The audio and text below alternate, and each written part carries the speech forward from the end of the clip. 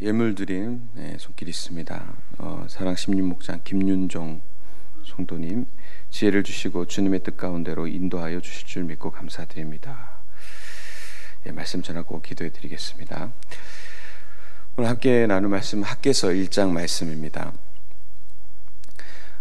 학개서는 바벨론 포로 이후에 이스라엘 백성들이 귀환하게 되었는데, 그 귀환한 유대인들이 15년 정도 지났음에도 불구하고 성전을 완공하지 못한 그런 상태에서 하나님께서 저들에게 보내셨던 메신저였습니다.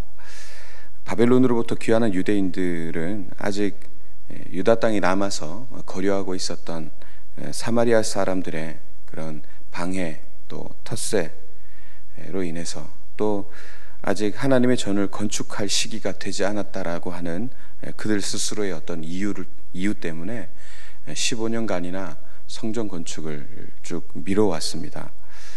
그런데 사실은 그 모든 것들은 핑계에 지나지 않았던 것이죠.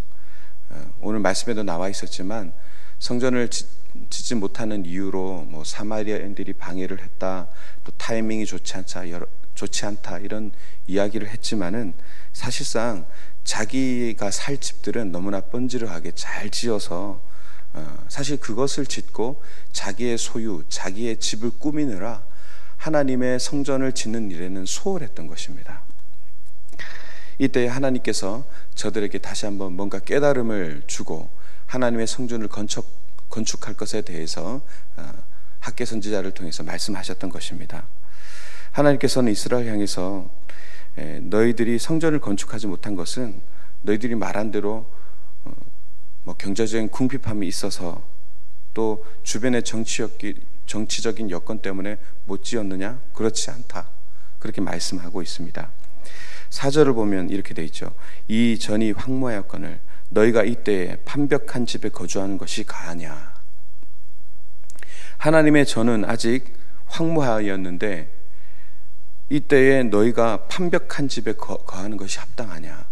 여기서 판벽하다라는 이 단어의 원어의 뜻은 뭐뭐에 지붕을 얹이다 이런 뜻이거든요. 그러니까 지붕을 얹었다라는 것은 그만큼 이제 완벽한 집을 지었다, 건축을 거의 완벽하게 했다라는 의미도 가지고 있고, 또 여유롭게 살 물품들을 비축했다 이런 뜻도 있고요. 더 나아가서는 조금 호화스러운 사치품으로 치장했다, 그런 의미도 가지고 있습니다. 그러니까 하나님 보시기에 하나님의 전은 여전히 회파되어져서 보기에 아주 흉한 상황인데, 귀환했던 유대 백성들의 집은 완전한 그런 모양을 갖추었을 뿐만 아니라 더 나아가서 아주 호화스럽게 잘 장식들로 치장되어 있었다라는 것에 대한 하나님의 어떤 못마땅한 표현이죠. 그러면서 하나님의 전을 두고는 아직 건축할 때가 되지 않았습니다. 방해가 많습니다. 그래서 짓기가 어려웠습니다. 이렇게 핑계를 대는 모습, 참 이 모습이 하나님 보시기엔 얼마나 가증스러웠겠습니까? 이 하나님께서 유다 백성들에게 말씀하십니다. 5절 그리고 7절을 보면 이렇게 되어 있는데요. 5절을 같이 한번 읽어보겠습니다. 시작. 그러므로 이제 나 만군의 여호와가 말하노니 너희는 자기의 소유를 살펴볼지라. 7절을 보겠습니다. 시작. 나 만군의 여호와가 말하노니 너희는 자기의 소유를 살펴볼지니라. 여기 공통적으로 나와 있는 후반절이 있죠. 너희는 자기의 소유를 살펴볼지라. 소위라는 말은 행위라는 말과 똑같은 것입니다. 그러니까 너희들의 지금 행위를 한번 살펴봐라. 행위를 살펴봐라. 근데 살피다는 말은 또 어떤 깊은 의미가 있을까요? 그러니까 너희들이 한번 지금 한 행위들에 대해서 깊이 생각하고 각성해 봐라, 이런 뜻이거든요. 지금 핑계를 대고 성전을 짓지 않고 있으면서도 그냥 태연히 있는 너희들의 행위에 대해서 한번 심각하게 돌이켜보고 생각해봐라, 이렇게 말씀하고 있는 것입니다. 내가 듣기에 너희들의 그 모든 소위, 행위, 그리고 그 핑계들은 너무나 가증스럽기 짝이 없구나, 너희들이 하고 있는 변명들을 한번 돌이켜보고 깨달아야 될 것 아니냐, 그렇게 말씀하고 계시는 것입니다. 8절에 보면 너희는 산에 올라가서 나무를 가져다가 전을 건축하라. 그리하면 내가 그로 인하여 기뻐하고 또 영광을 얻으리라. 나 여호와가 말하였느니라. 계속 8절을 통해서 유대 백성들이 너희들이 마음만 먹으면 얼마든지 성전을 건축할 수 있다. 너희 주변에 산에 올라가서 그 나무들을 가져다가 지어라. 그렇게 하나님께서 명령하고 계신 것을 봅니다. 하나님께서 언제 그들에게 예전에 솔로몬의 영광과 같이, 솔로몬 성전과 같이 정말 휘황찬란하고 멋있는 그런 성전을 요구하신 바가 없죠. 하나님은 그런 것들을, 화려한 건물을 요구하신 적이 없습니다. 오히려 여기에 초점은요, 저들이 하나님의 임재, 그리고 그곳에서 제사를 드리는 예배자로서의 어떤 의지를 다 상실해 버렸다는 것입니다. 성전을 못 지었다, 안 지었다, 그것이 본질적인 문제가 아니라 애초에 그들 마음속에는 하나님의 임재를 갈구하며 하나님 앞에 간절히 기도하고 예배 드리려고 하는 그 예배의 마음을 다 상실해 버렸다라는 것에 대해서 지적하고 계신 것입니다. 그래서 하나님은요, 오늘 이 학개 선지자의 입술을 통해서 뭘 전달하고 계시냐, 유대 백성들의 그 무너진 마음, 하나님 앞에서의 자녀됨, 하나님의 자녀됨을 주장하며 예배하는 그 예배자로서의 그 심령, 그 잃어버린 그 마음을 다시 한번 온전히 돌이키기를 원하시고 계시다라는 것입니다. 그런데 오늘 이 유다 백성들의 이 모습이 단지 그들만의 모습이 아니라 오늘 우리의 모습에 한번 비춰볼 필요가 있다는 것이죠. 마치 이것이 혹시 이 시대를 살아가는 저와 여러분들의 모습이지 않을까라고 하는 무서운 생각이 또 들었습니다. 유대 백성들의 이러한 하나님 앞에서의 안일함, 또 예배자로서의 영성의 상실, 이 모든 죄악으로 인해서 그들에게 어떠한 결과가 나타났는지를 또 10절과 11절에서 볼 수 있습니다. 우리 10절, 11절을 같이 한번 읽어보겠습니다. 시작. 그러므로 너희로 말미암아 하늘은 이슬을 그쳤고 땅은 산물을 그쳤으며 내가 이 땅과 산과 곡물과 새 포도주와 기름과 땅의 모든 소산과 사람과 가축과 손으로 수고하는 모든 일에 한재를 들게 하였느니라. 쉽게 얘기하면 이 모든 하늘과 땅에서의 모든 인간에게 주어진 소출들이 다 그치게 되는 거죠. 경제적이고 또 환경적인 모든 악재들이 그들에게 다가오게 되는 것입니다. 이 학개 선지자를 통해서 선포된 이 말씀 앞에 이 여호와의 목소리를 듣기 시작한 이스라엘 백성들은요, 여기에 자세히 표현되지 않지만 3주 만에 건축하기를 시작하게 됩니다.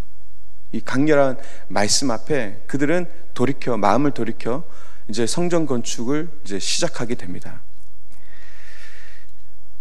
그들이 그렇게 할 수 있었던 것은요, 하나님께서 이스라엘 백성들의 마음을 감동시키셨기 때문이다라고 14절에서 증거합니다. 14절을 제가 읽어보겠습니다. 여호와께서 스알디엘의 아들 유다 총독 스룹바벨의 마음과 여호사닥의 아들 대제사장 여호수아의 마음과 남은 바 모든 백성의 마음을 흥분시키심에, 이렇게 되어 있습니다. 번역이 흥분이라고 이렇게 표현되어 있지만 사실 이 단어는 감동이란 단어로 번역되는 게 맞습니다. 감동시키셨다. 누구의 마음을? 유다 총독 스룹바벨의 마음과 대제사장 여호수아의 마음과 모든 백성의 마음을 감동시키셨다. 흥분시키셨다. 예? 하나님께서 백성들의 마음을 감동시키셨다는 것은요, 어떤 것입니까? 앞서 말한 것처럼 어떤 하나님의 단지 건물을 짓는 것이 아니라 하나님 앞에 우리가 정말 예배해야 되는구나, 우리는 하나님의 백성이구나, 하나님이 우리의 주인이시구나, 이러한 이 심령의 무감각해짐, 이 무감각해진 백성들의 영을 깨워서 하나님의 음성을 듣고 순종하도록 하나님께서 감동하고 인도하셨다는 것을 의미하는 것입니다. 학개서는요, 딱 2장입니다. 오늘 나누고 월요일날 나누면 다 끝이 납니다. 전체로는 38절 밖에 되지 않습니다. 근데 이 짧은 말씀 안에요, 우리 보시면 만군의 여호와가, 또 여호와가, 이것이 만군의 여호와가, 이 말은 14번, 여호와가는 19번이나 사용됩니다. 이 짧은 구절 안에 하나님의 말씀, 여호와의 말씀이 얼마나 중요한지 강조하는 것이죠. 그리고 그 하나님 말씀에 귀를 기울이고 그 말씀에 순종할 때 13절에서 증거하고 있듯이 만군의 여호와 하나님께서 당신의 백성들과 너희들과 함께 하시겠다라고 약속하고 계십니다. 하나님이 우리와 함께 하신다.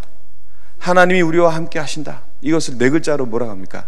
임마누엘, 임마누엘. 내가 너희와 영원히 함께 할 것이다.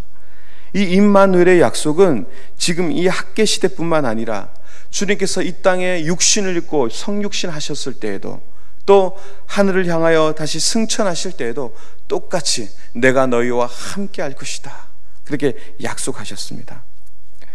오늘도 우리와 함께 하시겠다는 임마누엘의 약속이 여전히 유효하지 않습니까? 하나님께서 여러분들과 함께 하신 줄로 믿습니다. 그 임마누엘의 약속을 붙들고 여호와의 이름을 높이는 삶이 되실 수 있기를 바랍니다. 유대 백성들은 그것을 잊어버렸어요. 하나님께서 함께 하신다는 그 약속을 순간 상실해 버렸어요. 그걸 잊어버리고 자기의 집을 꾸미느라, 자기의 삶을 윤택하게 하느라, 자기의 것들을 꾸미느라고 온통 거기에 정신이 팔려 하나님의 성전을 돌보지 못했습니다. 여러분, 하나님의 성전이 어디에 있습니까? 여러분의 중심, 여러분의 심령 가운데 이 안에 하나님의 나라가, 하나님의 성전이 여기 있는데, 이걸 돌보는 게 아니라 온갖 우리의 모든 생각이 하나님이 함께하는 것에서부터 벗어나서 모든 주변의 것들만 치장하고 꾸미고 확보하느라 너무나 분주하게 살아가고 있다는 것입니다. 하나님의 임재를 외면하는 그런 유대 백성과 같은 모습이 아니라 우리의 시선을 돌려서 하나님이 함께 하심, 그 중심을 굳건히 세워서 또 그 일에 최선을, 하나님을 내 마음에 두는 일에 최선을 다하면서 하나님과 동행하는 그 삶을 살아가기로 결단하는 저와 여러분 되시기를 주님의 이름으로 축원드립니다. 이 일에 승리하시기를 주님의 이름으로 축원드립니다. 기도하겠습니다. 하나님, 우리의 시선을 돌려서 하나님을 바라보게 하옵소서. 내 안에 하나님의 성전이 허물어져 방치되고 있지 않은지 스스로 우리의 중심과 심령을 돌아보게 하여 주시옵소서. 그리하여 주 여호와의 이름을 날마다 높이며 살아가는 그런 삶이 되도록 우리를 인도하여 주시옵소서. 감사드렸고 예수님의 이름으로 기도하옵나이다. 아멘. 하나님, 또한 주님 앞에 마음을 다하여 감사의 예물 드린 손길이 있습니다. 축복하여 주시고 저의 기도 제목을 들어 응답하여 주시고 마음의 소원을 주여 연락하여 주시옵소서. 감사드리고 예수님의 이름으로 기도합나이다. 아멘. 이 시간 말씀과 또 나라와 민족, 또 코로나의 종식을 위해서 또 각자의 기도 제목을 놓고 자유롭게 기도하다가 돌아가겠습니다. 우리 주여 한번 부르고 기도합니다. 주여, 은혜가 많으신 하나님, 긍휼의 하나님, 오늘 학계 선지자를 통해서 주신 이 말씀을 우리가 기억하고